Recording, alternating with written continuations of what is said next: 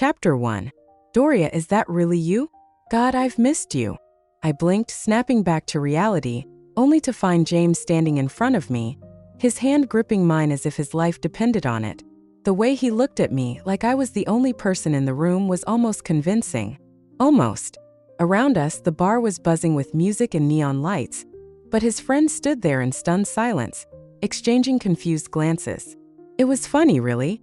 The first time I met James was right here in this very bar. Back then, his one true love, Sharon, had just left the country, and on that same day, by sheer coincidence, he met me, someone who looked almost identical to her. I was just a waitress at the time, barely scraping by. And James? He was already a star, the golden boy of the entertainment industry, beloved by millions. In my last life, James had played the role of the perfect savior. He swept in with promises of love and protection, only to crush every ounce of pride I had left. I remember those days all too well, when my classmates humiliated me, stripping me, taking photos, beating me in the bathroom. It was James who sent people to protect me. When my art teacher destroyed my work and demanded I repay him with my body, it was James who made a call and handled the situation. When my father fell from a tree and needed emergency surgery, and my relatives turned their backs on us, it was James who paid the hospital bills. I thought he was my hero. But then one day, while he wrapped his arm around Sharon, laughing as if none of it mattered, he casually let the truth slip. All those things I did for her? That was just a little game. I wanted to see her crawl to me like a dog, begging for forgiveness. I tried to leave, but he chained me to the villa he shared with Sharon, forcing me to watch them day after day as if I didn't exist. When I fought back, he had them inject me with drugs. Sharon, she had her own twisted fun. She'd make me paint her portrait, and if she didn't like it, she'd break a finger. By the time she was done, all 10 of my fingers were shattered. When I had nothing left to give, they framed me for their crimes and sent me to prison. And after I was gone, only then did James start to regret what he'd done. Only then did he cry, wishing for a second chance. But now, standing in front of him, I was the one with the second chance. I took a deep breath, calming the storm of emotions swirling inside me. For a moment, I almost felt sorry for him. Almost. "I'm sorry," I said, pulling my hand free from his grip. "But I don't know who you are." In my last life, I gave up everything for him, my dreams, my future, my freedom. And what did I get in return? A life destroyed. But this time, things were going to be different. His friends finally found their voices, laughing and jeering from the sidelines. "Come on, James is being generous here. Don't be stupid. Seriously, do you even know who he is? You're lucky he's even talking to you. She's actually rejecting him? What a joke." I glanced at them, my expression cold. They weren't innocent either. They had played their part in my downfall. James, however, wasn't having it. His eyes turned red, and he whirled around to shout at them. "Shut up." The room fell silent again, and all eyes turned to me. James's voice was shaky as he reached for my hand again, desperate. "You don't understand. I've been looking for you. I've missed you so much." I almost laughed. Oh, I understood perfectly well. After I passed away, James didn't even let them cremate my body. He kept me frozen in a morgue for a year, crying over my corpse, begging for forgiveness that came far too late. "Too bad, James. Your love isn't worth a damn now." He reached for me again, trying to pull me into his arms. I slapped him hard across the face. The sound echoed through the room and gasps filled the air. His perfect face now had a bright red handprint to match. For a moment, James looked stunned, his hand hovering near his cheek. But then, unbelievably, he smiled. "I knew it," he said softly. "Doria, I knew it was you. You missed me too, didn't you?" I clenched my teeth, pulling out my phone. "If you don't back off, I'll call the cops." He didn't seem to hear me, his grip tightening. "Doria, please. Can't we just?" I yanked my hand free and dialed. 30 minutes later, the headlines were everywhere. National star James caught harassing woman at bar. Photos of him being escorted into the police station spread like wildfire. I didn't have to lift a finger. James was always surrounded by paparazzi, and this time they were doing all the work for me.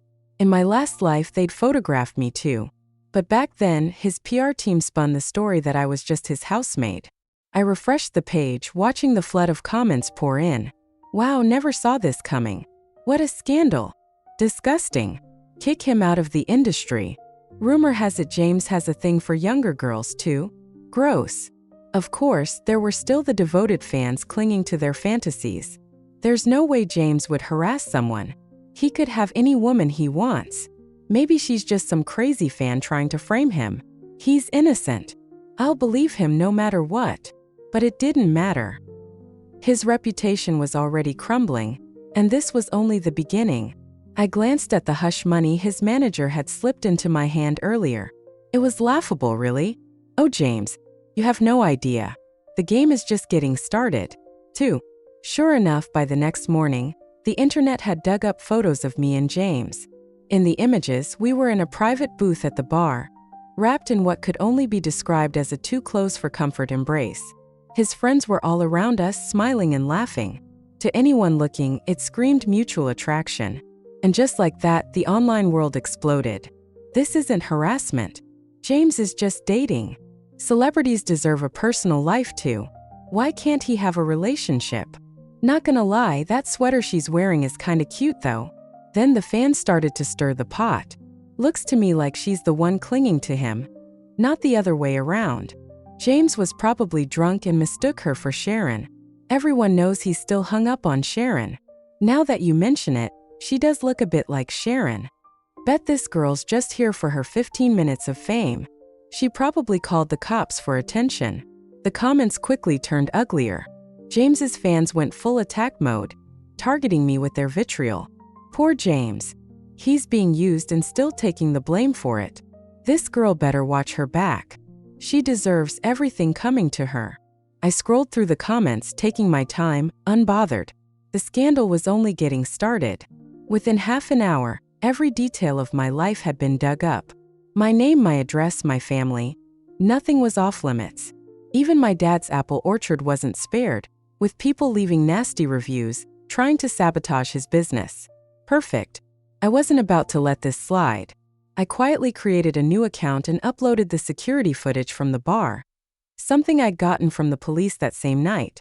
Always good to have a backup. A few clicks later, the video was online, captioned simply, "The truth speaks for itself." And just like that, the tide turned. The backlash was swift and brutal, but this time it wasn't aimed at me. Women are always the first to tear other women down. It's disgusting. When will people stop with the mob mentality? This is why we can't have nice things. James and his fans owe her a massive apology. I sat back, smiling. With the topic trending, I decided to make the most of the attention. I dropped a link to my sweater in the comments. Get the look from the video. On sale now for $19.99 with free shipping. By midnight, I'd sold over 20,000 units. My phone wouldn't stop buzzing with notifications. James and his crew thought they were playing me? Please. I was the one making bank off this mess. Just as I was about to call it a night, my phone rang. The number was unfamiliar, but I answered anyway. The second I heard the voice on the other end, my blood ran cold. I'd know that voice anywhere, even if I hadn't heard it in years. "I'll give you one warning," Sharon said, her tone sharp. "If this is just some stunt to ride the wave, you'd better stop now. You won't like where this goes." I stared at my fingernails, not even flinching. Sharon had always been a pro at playing hard to get. She knew how to keep James hooked, reeling him in just enough before pulling away. In public, she was all cool indifference, acting like love wasn't even on her radar. But in private, she was obsessed with him. Funny how the things you can't have always seem more valuable, right? If she'd stuck to her game plan in my last life, maybe she wouldn't have ended up dumped by James when he finally got bored. When I didn't respond, Sharon's voice cut through the silence again, this time more venomous. "If you hurt James again, I won't hold back." I couldn't help the laugh that escaped me. I'd already been through hell once. What could she possibly do that would scare me now? The truth was, Sharon had no idea she'd already lost James. She was still playing a game that was long over. I swiped through my apps, pulling up Sharon's profile. Verified, of course, and listed as the lead actress in 2 hit dramas, The Prince's Forbidden Love and 30 Days of Heartbreak. She was good at playing the innocent sweetheart on screen, but off screen, she was anything but. This time, though, I wasn't the one who'd be losing. If anyone was headed for a fall, it was her. With a smirk, I deleted the video I just posted and replaced it with a recording of Sharon's call. I pinned it to the top of my profile under a new caption. It's easier to topple a giant than you think. Then, without a second thought, I powered off my phone. Let the internet do what it does best: fuel speculation and create chaos. The next morning, I pocketed the hush money James's agent had sent over, along with the cash I'd made from the sweater sales, and headed out to the art studio. In my last life, while I was being dragged through the mud, thanks to James, one of my classmates was thriving. Because of his looks, he'd caught the attention of a major director and landed a role in an upcoming blockbuster. This time, I wasn't going to let that opportunity slip by. I'd make sure to sign him before anyone else did. But just as I stepped outside, I found James standing there waiting for me, with a bouquet of white roses in hand. Since coming back, I've wondered a lot about how I got here. Was it fate giving me a second chance, or did James somehow make a sacrifice bringing me back? If it were up to him, I wouldn't believe a word of it. James was always a master at pretending, at making you believe whatever he wanted. Take now, for example. He's standing there with Sharon's favorite white roses, smiling at me, telling me he loves me. The irony? I'm allergic to flowers. I pinched my nose, grabbed the roses from his hand, and tossed them straight into the trash. James didn't even flinch. They just kept smiling like nothing had happened. So you've got a bit of a temper now, huh? I raised an eyebrow. Shouldn't you be worried about your agent coming after you? I didn't need to be a psychic to know what had happened after he left the bar. His management team would have ripped into him for sure. Being a celebrity was all about keeping up appearances, and I just about demolished his. If James wanted to keep coasting on his fans' adoration, he'd have to clean up the mess he'd made. But he still seemed to think luck was on his side. For a moment, his expression faltered. He looked away and then back at me, his voice softening. "You've changed, Doria. I like the old you better." "Oh, you mean the version of me that worshipped the ground you walked on? The one who came running every time you called? The girl who let you break her, piece by piece, until there was nothing left? Yeah, I bet you did." After a beat, he added, "But no matter what, I still want to be with you." I stared at him, unimpressed. "That's cute. Good luck with that. But if I were you, I'd be more worried about the PR nightmare you've got on your hands." With a snap of my fingers, I released the 3 guard dogs from my dad's orchard. They charged at James, barking furiously. Within seconds, they'd shredded his expensive pants to pieces. The sight of James stumbling away, trying to cover himself, was too much for the paparazzi hiding nearby. They couldn't resist stepping out to snap every embarrassing moment, their cameras flashing like crazy. In the end, James ran off, barely holding onto his dignity and what was left of his boxers. Chapter 3. After James left, I headed straight to the art studio, where I finally managed to meet Justin. Back then, he was just a broke college student barely scraping by. When I told him I wanted to sign him up for live streaming, he was thrilled, but also completely confused. I couldn't help but smile to myself, remembering how in my last life, a certain picture of him shirtless, fresh out of the shower, had gone viral, turning him into the internet's new heartthrob practically overnight. And this time, I wasn't just going to help him get famous. I had bigger plans. This was going to be a win-win. After he signed the contract, I checked my phone. Just as I expected, James's name was all over the trending topics. James the lapdog, bitten by karma, and other gems filled the headlines, and I couldn't help but laugh. After pulling a few more scandals like this, his carefully curated image was completely shattered. It didn't take long for the announcements to start rolling in one by one. His brand sponsors began publicly cutting ties with him. The lawsuits and breach of contract fees? Those would keep him occupied for a while. But don't worry, James. This is just the warm-up. Around the same time, Sharon posted an update. A photo of a plane ticket with a simple caption, "Coming home." Now that was a surprise. In my last life, Sharon had stayed abroad for a full year, playing hard to get and keeping James on edge. That same year, I was still hopelessly wrapped up in his lies, thinking I was the one. When Sharon finally came back, she popped that bubble real quick. But something had shifted this time. I couldn't quite put my finger on it, but the timelines weren't matching up. Then again, if I could predict every move, what fun would that be? Now, I was actually looking forward to whatever came next. When I got home, I found my dad up in an apple tree, picking fruit like he always did. In my previous life, it was because of James's schemes that my dad had fallen from that very tree, hitting his head and slipping into a coma he never woke up from. And because James wanted to prove to Sharon that I meant nothing to him, he had stood by, cold and indifferent, as I begged for my dad's life. He had even pulled the plug on my dad's ventilator while I was on my knees sobbing. I'll never forget how James, with Sharon in his arms, kissed her right in front of my dad's lifeless body without a care in the world. My dad had raised me single-handedly, giving up everything to make sure I had a future. And in the end, I couldn't even protect him. The memory hit hard and my throat tightened. "Dad!" I called out, my voice shaky. He turned around and had a big smile on his face. "Hey, sweetheart. What are you doing back so soon?" I rushed over to the ladder, gripping it tightly. "Dad, please come down.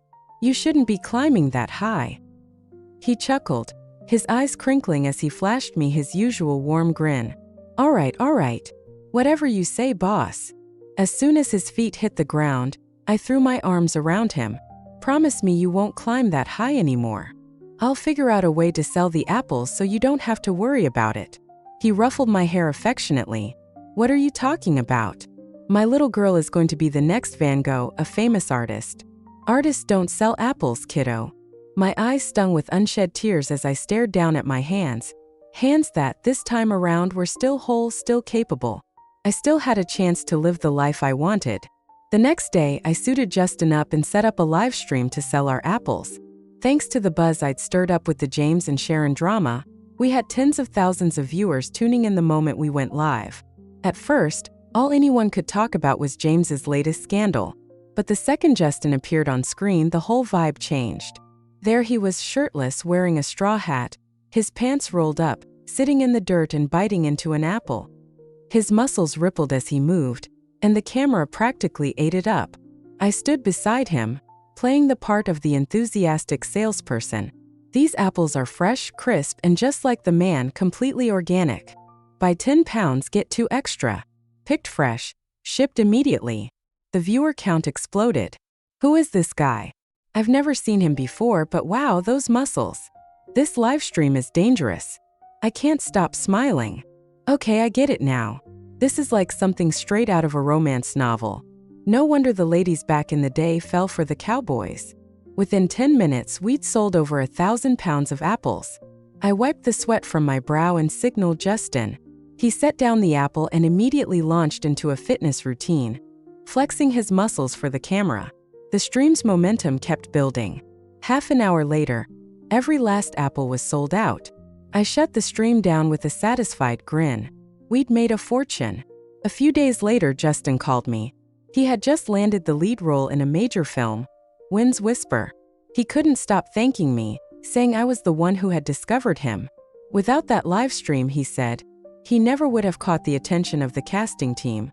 He even promised that anytime I needed someone for a live stream or promotion, he was just one call away. And while I knew Justin would have landed the role with or without my help, I graciously accepted his thanks. It's always good to have people in your debt. In the days that followed, brand offers started pouring in. Word had gotten out, and now everyone wanted a piece of the action. The next time I saw James was at a brand-hosted livestream festival. Standing next to James was the flamboyantly dressed Sharon. At that moment, Justin and I walked into the gala hall side by side. James, still looking exhausted from his recent scandals, was closely watched by his agent. He only cast glances at me and Justin without making any moves. Sharon, however, was far less composed. From the moment I entered, her eyes were like daggers fixed on me. When I started chatting with an investor, Sharon couldn't hold back any longer. She walked over with disdain, her high heels clicking sharply. "You'll do anything for fame, won't you?" She cast a seemingly casual glance at the man beside me. Desperate. I smiled apologetically at the investor and shrugged helplessly. Honestly, I didn't want any interaction with Sharon in this life. I just wanted to quietly remove her from my path. Seeing no reaction from me, Sharon grabbed a glass of champagne and splashed it in my face. I had anticipated her move. After all, her brain wasn't capable of anything new. I grabbed a tray from a waiter, blocking the champagne, and smashed it over Sharon's head in one swift motion. all in one go. Just because I tolerated you in the last life doesn't mean I will in this one. The broken glass from the cup cut Sharon's cheek, and blood trickled down her face. Ah! Sharon screamed, covering her face and stumbling back a few steps, about to fall. Her cry attracted the attention of everyone around. I knew the act she was about to put on next, playing the weak, innocent victim. Sure enough, she looked at James and started crying pitifully. But I couldn't care less about her act and turned to leave. James, seeing me walk out, ignored Sharon and followed after me, leaving Sharon alone to face the crowd's murmurs. I heard that woman who just left is the one involved in James's recent scandal. Stop talking. She's different now. She owns a live streaming company and recently signed Justin. You know him? Really? Honestly, doing a live stream makes more than acting these days. Maybe I should reach out to her. Sharon, hearing the chatter, screamed and pulled the tablecloth in a fit of rage. The crowd looked at her like she was crazy. Well, she was a fool. Any woman completely consumed by love is a fool, including me in my last life. After all, wise people don't fall in love. Outside, James grabbed my hand. Qingyun. I fiddled with the ring on my finger, silent. The truth is, there was nothing left to say between us. No one lives in the past forever. James's eyes reddened. Qingyun, is it because of Justin? Did you choose him? Oh. I looked at him, bewildered. Is love the only thing worth pursuing in life? I looked at him, stroking my fingers. James, no one waits for you forever. Especially not someone who hates you to the bone. James froze, his pupils shrinking. Are you playing with me, Qingyun? I laughed mockingly. Life is short. You can't waste time and kindness on people who don't matter. James, as if I had hit his sore spot, glared at me and rushed forward, grabbing my throat and pinning me against the wall. I didn't expect him to switch from tender to furious so quickly, and before I could react, he had me in a chokehold. As I struggled to breathe, I stared into his eyes, my mouth opening and closing. James, if you have the guts, kill me right here. I wasn't afraid he'd kill me. The gala was full of cameras, and if I died here, no one present would escape investigation. Besides, I had 4 bodyguards rushing to my side. I never believed that a cunning wolf like him would turn into a docile puppy for love in this life. Someone as vile as him could never truly repent. How could he give up an entire forest for one flower? The bodyguards quickly restrained James's arms, and I smiled as he raged. Then I kicked him in the crotch with my high heel. James howled in pain. I dusted off my hands and walked away. I wasn't about to break the law for someone like him. My beautiful life was just beginning. That night, clips from the gala were leaked. Besides promoting their stars, the most popular video was Sharon's meltdown. Some netizens even speculated that Sharon's drastic change in demeanor might be due to possession by a ghost. In the following days, I discreetly obtained Sharon's brand information and offered them collaboration opportunities. Sharon's endorsements dwindled day by day, with industry rumors spreading. The great beauty Sharon is desperately seeking endorsements from every corner. I chuckled. Finally, I had her by the tail. After that, I hired a private investigator to keep close tabs on Sharon and James. Given their vengeful nature, Sharon was bound to cause trouble again, and catching her in the act was crucial. Sure enough, after a few weeks of silence, an issue arose with my livestream products. Chapter 5. A certain video account exposed that using the skincare products purchased from my livestream caused severe facial damage. Immediately after, another video account claimed that eating the apples bought from my livestream put a person in the ICU. The news quickly went viral. The netizens were furious. What the heck? Is this the livestreamer who just got popular? She should die for selling fake products. I felt sorry for her when I thought she was harassed. I told you she was just using James for fame. Who knew her before that? I just bought skincare products from her stream yesterday. Don't scare me. Refund. Before the live streamer disappears with the money. Massive order cancellations began, and the controversy grew, with even sympathy for James becoming a trending topic again. Some local netizens went to my father's orchard, vandalizing the trees and setting some on fire. Our house was plastered with dye posters, and someone even set up a live stream outside our home, cursing us through a loudspeaker. I didn't need to guess whose handiwork this was. Sharon also started a live stream, indirectly mocking me. James was just trying to protect a weak girl, thinking it'd be fine to give her some fame. How can a girl be so heartless? Then a netizen commented, I used to work at Qingyun's company and recently resigned. She not only sells fake products but also sends signed female streamers to entertain big shots. I left to protect myself. Sharon immediately connected with this so-called former employee, who even released a video of me allegedly arranging such meetings. I scrolled through the accusations, shaking my head in ridicule. Sharon really pulled out all the stops to bring me down. The woman in the video had most of her face obscured by a hat, looking somewhat like me, but anyone familiar would know it wasn't me. In fact, she resembled. I calmly reviewed the private detective's findings. Those who manipulate public opinion will eventually be destroyed by it. When the truth is revealed, the remorseful netizens will direct all their guilt and anger at the real culprit. Immediately, I contacted the local cyber police, reporting the account of the supposed former employee for organizing illegal activities. Simultaneously, I had my company staff verify the orders for skincare products and Apple's purchase from my live stream, broadcasting the entire investigation live. Upon verification, the netizen who claimed facial damage had never bought skincare products from my stream. The one who claimed to be in the ICU had a medical record indicating a concussion, unrelated to food poisoning. At this point, Justin also stepped forward to support me. I ate a whole box of those apples and I'm fine. The narrative began to shift. I bought a lot too. My whole family ate them no problem. Those apples were juicy and sweet. I wanted to order more. I bought the skincare products too. My skin lightened by 2 shades in a week. Sharon's live stream mysteriously went offline. Now it was my turn.